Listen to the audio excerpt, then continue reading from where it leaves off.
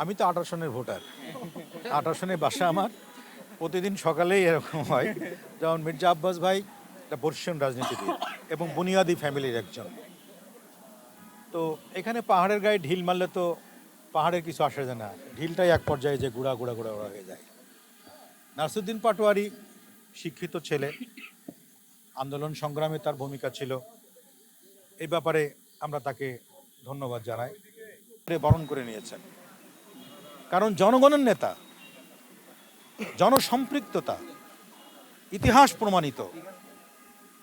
রাষ্ট্রপতি সৈয়দ জিয়া রহমান প্রমাণ রেখেছেন, দেশনেত্রী খালেদা জিয়া প্রমাণ রেখেছেন, দেশ পরিচালনা তাদের যে ভূমিকা, তাদের সুযোগ্য সন্তান তারেক রহমান সেই প্রমাণ রাখবেন। বিদায় এখানে প্রধানমন্ত্রী হিসেবে তো তারেক রহমানকেই বাংলাদেশের মানুষ ইতিমধ্যেই গ্রহণ করেছেন। উনি স্পষ্ট করে বলেছেন, ৩১ দফায় পরিষ্কার করে বলেছেন, উনি ইস্তাহারেও পরিষ্কার করে বলেছেন যে যদি আল্লাহ পাক তাকে প্রধানমন্ত্রী হয় এবং বিএনপি যদি ক্ষমতায় আসে ধানের শীষ বিজয়ী হয়, উনি প্রথম এবং প্রধান কাজ দুর্নীতি মুক্ত করা, মাদক মুক্ত করা, সন্ত্রাস মুক্ত করা, চাঁদাবাজ মুক্ত করা এবং অর্থনীতির মুক্তি আনা এবং সাধারণ মানুষের ঐক্যবদ্ধভাবে বসবাস করার যোগ্য একটি দেশ গড়ে তোলা।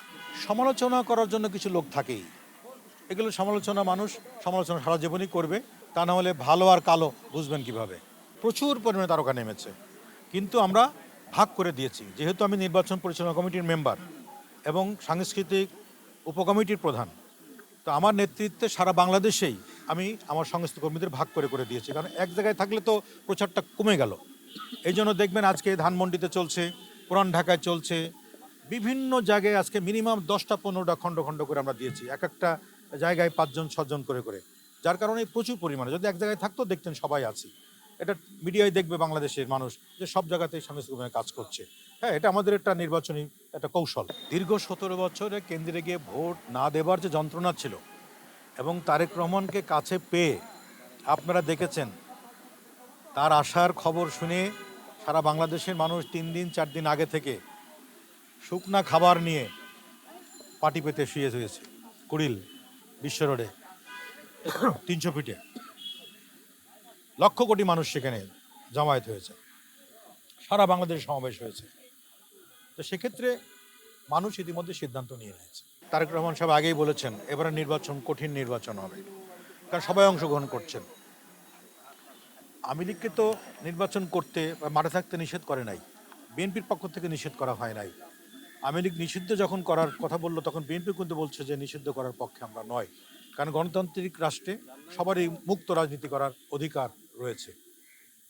আওয়ামী লীগ মাঠে নাই তাদের কর্মকাণ্ডের কারণে, তারা জনবিচ্ছিন্ন হয়ে গেছে। কিন্তু আরও তো অন্যান্য দল রয়েছেন, অনেক দল রয়েছেন একসাথে নির্বাচন করছেন। তো সেক্ষেত্রে নির্বাচন খুব উৎসবমুখর হবে এবং খুব প্রতিযোগিতামূলক হবে, এ ব্যাপারে কোনো সন্দেহ নয়। এই দেশ আমার, আমি এখানে জন্মগ্রহণ করেছি।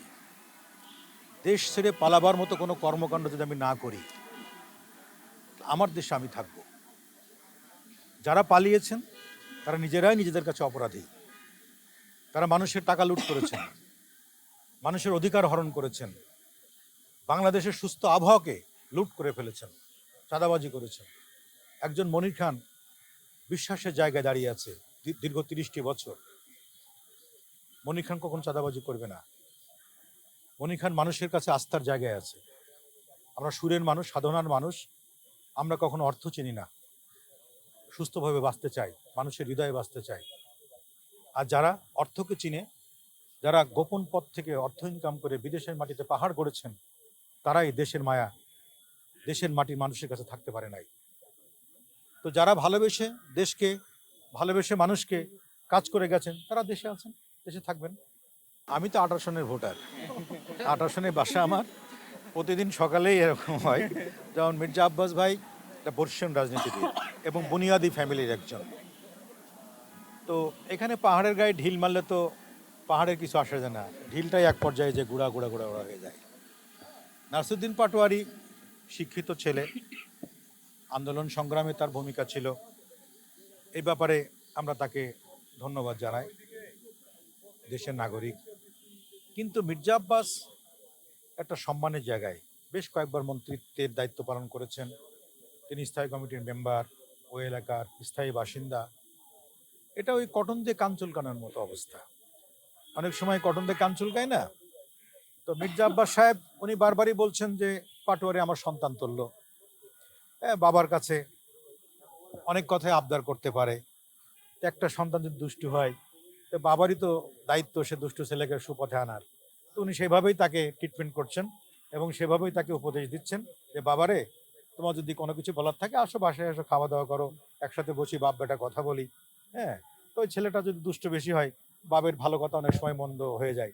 তো সেরকম ভাবে চলছে। 12 তারিখের অবসান ঘটে যাবে ইনশাল্লাহ। কাজ করছে মনোনয়নটা কিনা? আমাদের কাছে বিষয় নাই। সারা বাংলাদেশে মানুষের অন্তরের একজন মনির খান আমি। আমি তো এমপি হলে একটা জায়গার দূরে থানার এমপি হতাম, আমি তো সারা বাংলাদেশের মানুষ। তো সেক্ষেত্রে আক্ষেপ বা ক্ষোভ কোনো কিছুই নাই। আমরা বাংলাদেশের জন্য কাজ করতে চাই, তারেক রহমান ভাইয়ের সাথে কাজ করতে চাই, আমরা ধানের শীষের পক্ষে কাজ করতে চাই, সারা দেশের মানুষের দিয়ে থাকতে চাই।